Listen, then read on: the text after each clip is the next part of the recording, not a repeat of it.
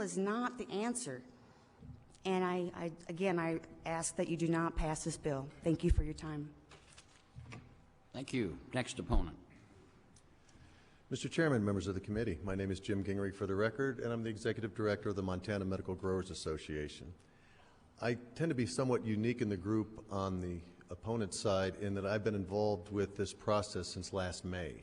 And it's been certainly a long, arduous time for everybody, and a lot of people have spent a lot of time. The legislature spent a lot of time, and I appreciate the subcommittee's efforts in trying to come up with a regulatory bill. I think it's refreshing to see that there is recognition, again, now that the science is coming through, that there is a benefit to patients. Because for a long time, even at the legislature, we were hearing that there was no benefit. So to hear that there is benefit is a very positive thing. Interestingly, though, when I sat on the work group session last summer with sponsored by the Children, Family, Health, and Human Services Interim Committee, we went through a lot of what the issues were.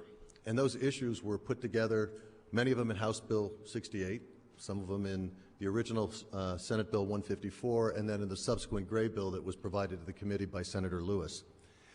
The difference between this bill and the other bills that are out there is that the other bills, particularly the Greybill, recognized that people have already invested into this. Had this bill that's being presented today been presented 2, 4, 6 years ago, you might have a whole lot of people standing up here supporting it. Unfortunately, there's a lot of people out there now that have gone forth in good faith that will be bankrupt. There will be many people now unemployed.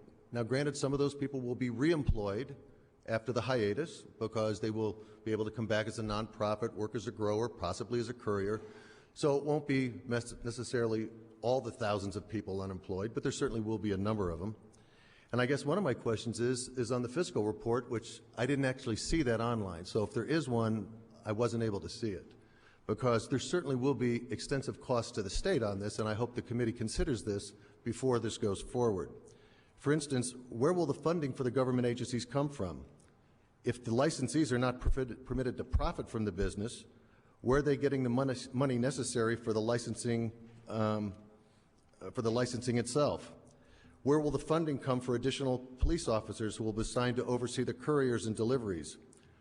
What about the cost to local law enforcement for destroying all of the product on July 1st?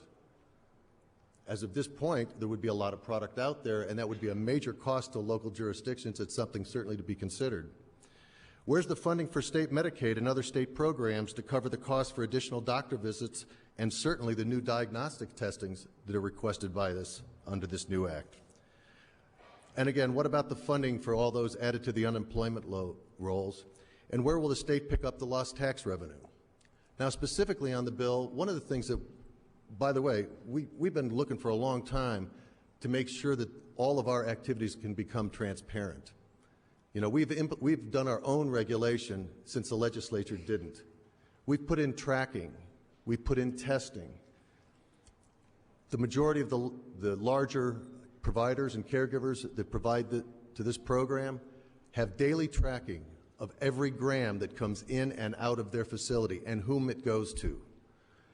Those that are able to find banks that will permit them to deposit money, because many banks will not permit them to deposit money, so they have to have a cash business. Many patients, frankly, don't have checking accounts or credit cards.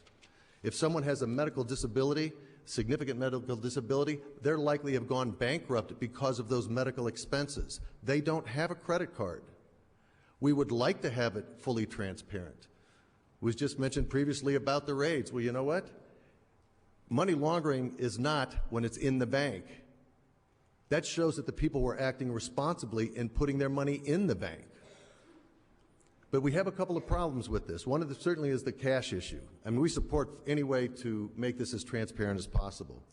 But another one, the Attorney General's office made a statement as a proponent of the bill that talked about caregiver-to-caregiver exchange. And it's important to understand that because it's a critical element to anything. Let's take, for example, on July 1st, all product in the state is destroyed. Okay, I believe that's what the bill calls for, everything. There's nothing left. There's not a seed, there's nothing.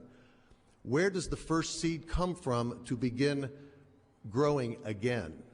We know that the seed was given by God in the first place, but I don't know how to call them down to have it drop into my backyard so I can start growing. So there has to be some accommodation for people to acquire the product, which is why that was written in the original initiative. The word acquire is in there because it has to come from someplace.